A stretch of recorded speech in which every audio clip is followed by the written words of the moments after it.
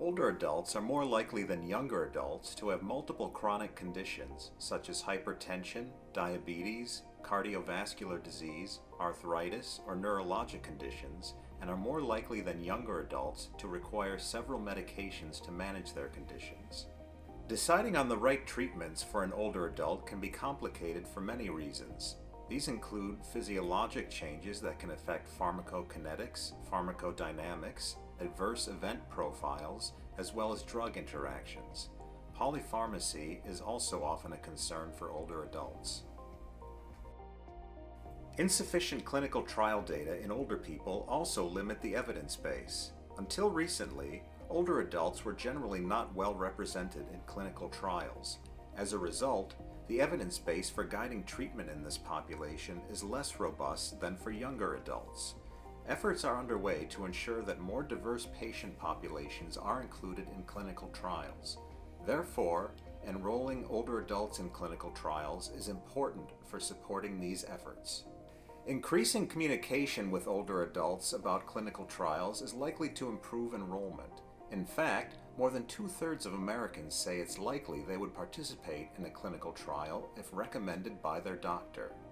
In this video, we will review tips for communicating with older adults, including both general communication strategies and specific points for discussing clinical trial enrollment. Healthcare providers are increasingly cognizant of the need to be culturally competent and adapt care to meet the socio-cultural and linguistic needs of diverse populations receiving care. This need for culturally competent care extends to the care of older patients. It is helpful to initiate encounters with some sort of prompt to generate information that will allow you to better assess patients. Ask open-ended questions, make eye contact, and genuinely listen. Speak in a regular voice and address the patient by using his or her last name unless a more familiar relationship has been established. Pay close attention to sentence structure when conveying critical information.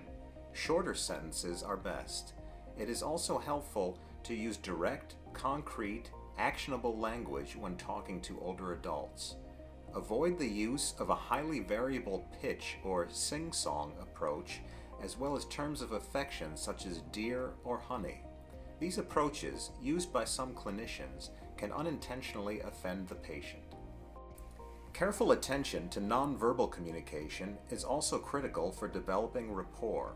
Sit rather than stand, face the patient when you speak, and listen attentively when the patient speaks. Maintain eye contact as much as possible and try to minimize the amount of time spent looking at a computer screen. Addressing the patient rather than a caregiver is also important so that the patient feels engaged. Consider whether any adaptations are necessary to accommodate patients' special needs.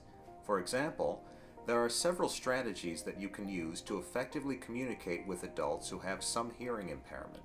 Slightly raising the volume of your voice and speaking a bit more slowly may be helpful. Use visual aids such as pictures and diagrams to help clarify and reinforce comprehension of key points. Introducing the idea of enrolling in a clinical trial can be a sensitive conversation and must be approached with care. Asking the patient for permission to share information demonstrates respect and can help the patient to feel engaged and empowered.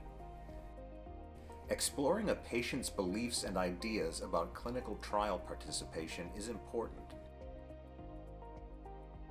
Using open-ended questions to explore their beliefs can help to ensure that useful information is conveyed. Participants should be well informed about all aspects of the clinical trial. Informed consent confirms that the participant knows about the purpose, potential benefits and risks of the treatment, and all required procedures before agreeing to be in the trial. The logistics of participating in a clinical trial may also be a concern for some patients. Be direct and upfront with the information and be sure to provide written documentation that outlines all the information. It is important to inform patients that participating in a clinical trial is a commitment and that enrollment is only the first step.